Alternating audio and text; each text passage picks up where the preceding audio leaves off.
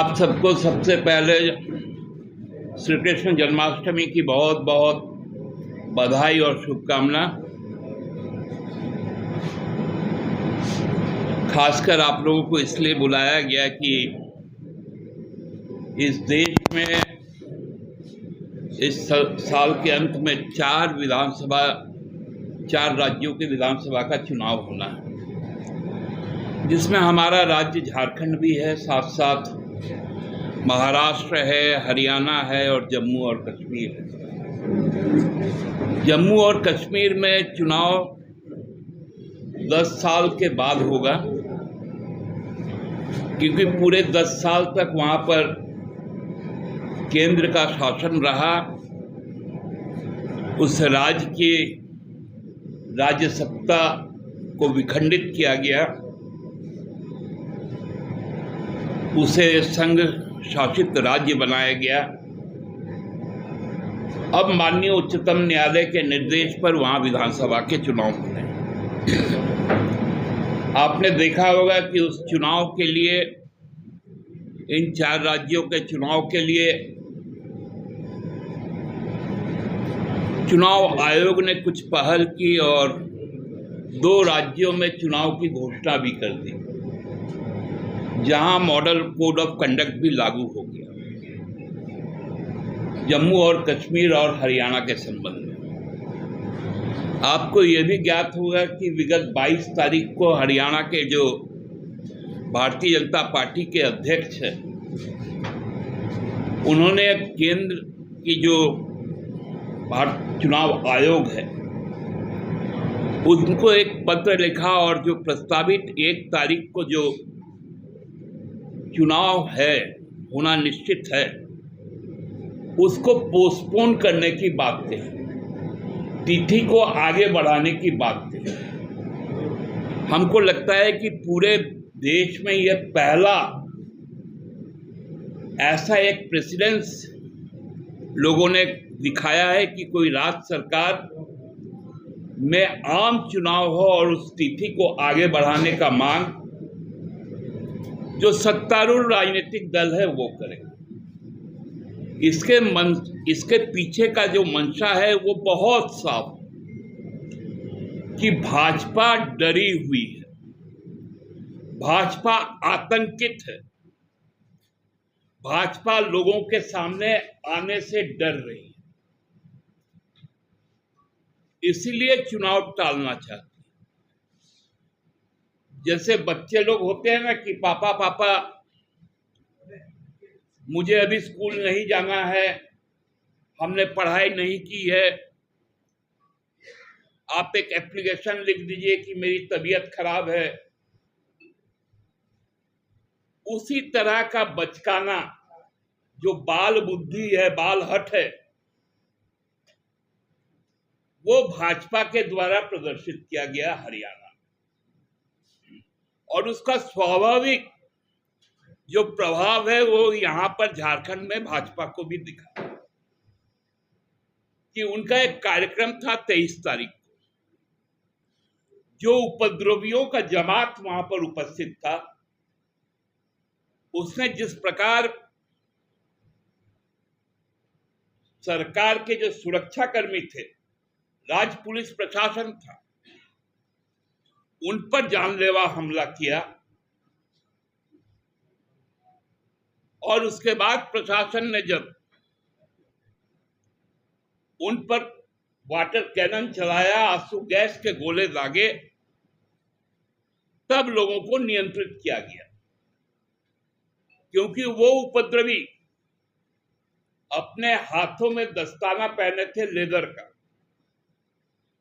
जो कटीले तार को बिछाने के समय किया जाता है, और कटर लेकर आए थे, जिसका वीडियो फुटेज आप सबके पास है, आप सबके कैमरे में कैद है।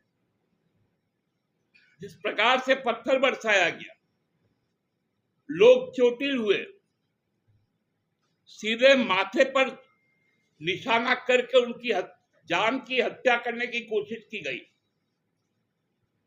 ये उपद्रवियों का बौखलाहट कल उनके नेता, आसाम के जो माननीय मुख्यमंत्री है, उनके शब्दों में नजर आया। बीजेपी अब राजनीतिक तौर पे लड़ने को तैयार नहीं। अब कल हम उनका देख रहे थे प्रेस कॉन्फ्रेंस, वो अपने संपूर्ण प्रेस कॉन्फ्रेंस में बीजेपी डीजीपी। अरे राजनीतिक लड़ाई है, और इतने गलत बयानी करके कल गए, बोले कि 12,000 लोगों पर अननेम्ड एफआईआर हो गया, 51 लोगों का नेम्ड हुआ।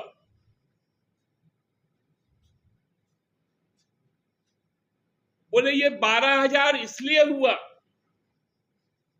कि भाजपा को दबाया जा सके। अरे भाई, आप तो पत्थर चलाने पर मध्य प्रदेश में, उत्तर प्रदेश में बिना एफआईआर के घर ढहा देते हैं। इतना में एक एफआईआर से डर गए। हिमंता जी ने कहा कि 12,000 आज तक कहीं नहीं हुआ अननेम्ड। जब आप ही लोगों ने कहा नहीं, खूंटी में 10,000 का हुआ था, तो बोले हम सत्ता से बाहर हो गए। तो हिमंता जी, मैं आपको एक तथ्य और बता दूं, पिछले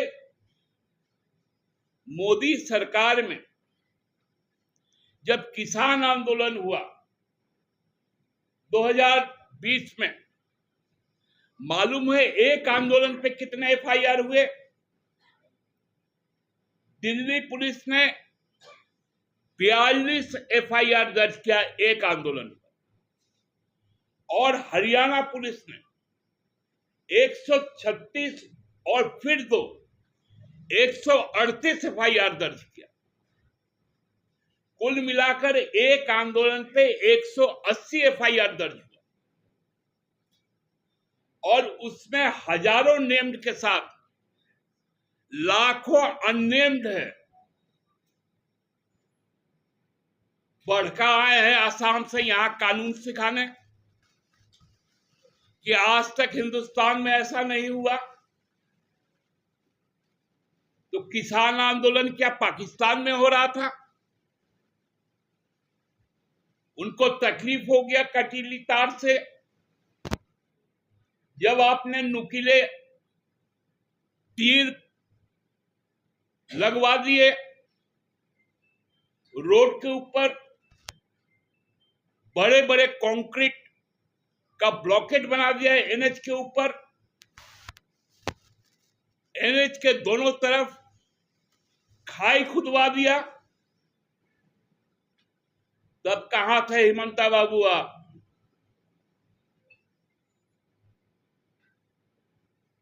आपको अल्फा बोलते हैं कि हम अल्फा को भी काहे को झूठ बोलते? बोलो कि हम डर गए हैं, हमारे लोग डरे हुए हैं, हम झामुमो का मुकाबला नहीं कर सकते,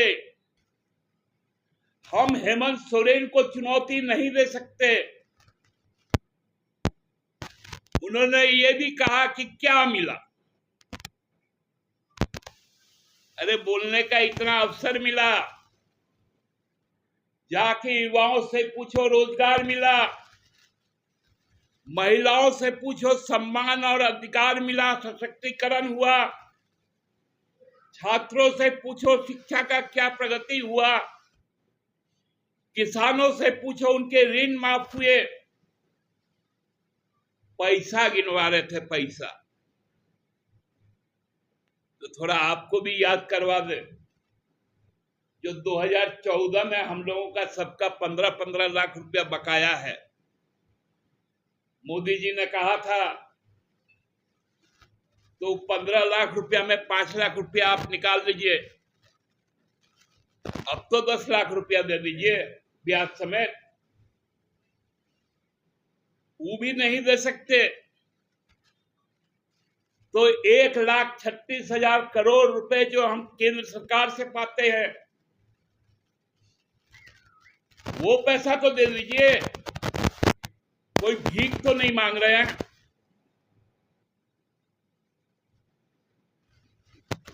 राजनीतिक तौर पे लड़ाई लड़नी है तो आपका आमंत्रण हम लोग देते हैं। ये गीदड़ भभकी वाला आप किसको डराना चाहते हैं? अब तो ये चुनाव की तिथि भी घोषणा कर रहे हैं कि सितंबर तक सरकार है, अक्टूबर में आचार संहिता लगेगा। चुनाव आयोग का भी नीति निर्धारक अब भाजपा हो गई है क्या? मैं तो चुनाव आयोग से यह आग्रह करूंगा और आगाह भी करूंगा, यदि आप हरियाणा का डेट पोस्टपोन करते हैं तो निश्चित तौर पे यह मान लिया जाएगा कि आपके फैसले राजनीतिक प्रभाव से प्रभावित होंगे और उसका असर झारखंड में भी पड़ेगा। फिर आप भारतीय जनता पार्टी के इच्छा अनुसार यहां चुनाव की तिथि तय करेंगे, ये राज्य की जनता स्वीकार नहीं।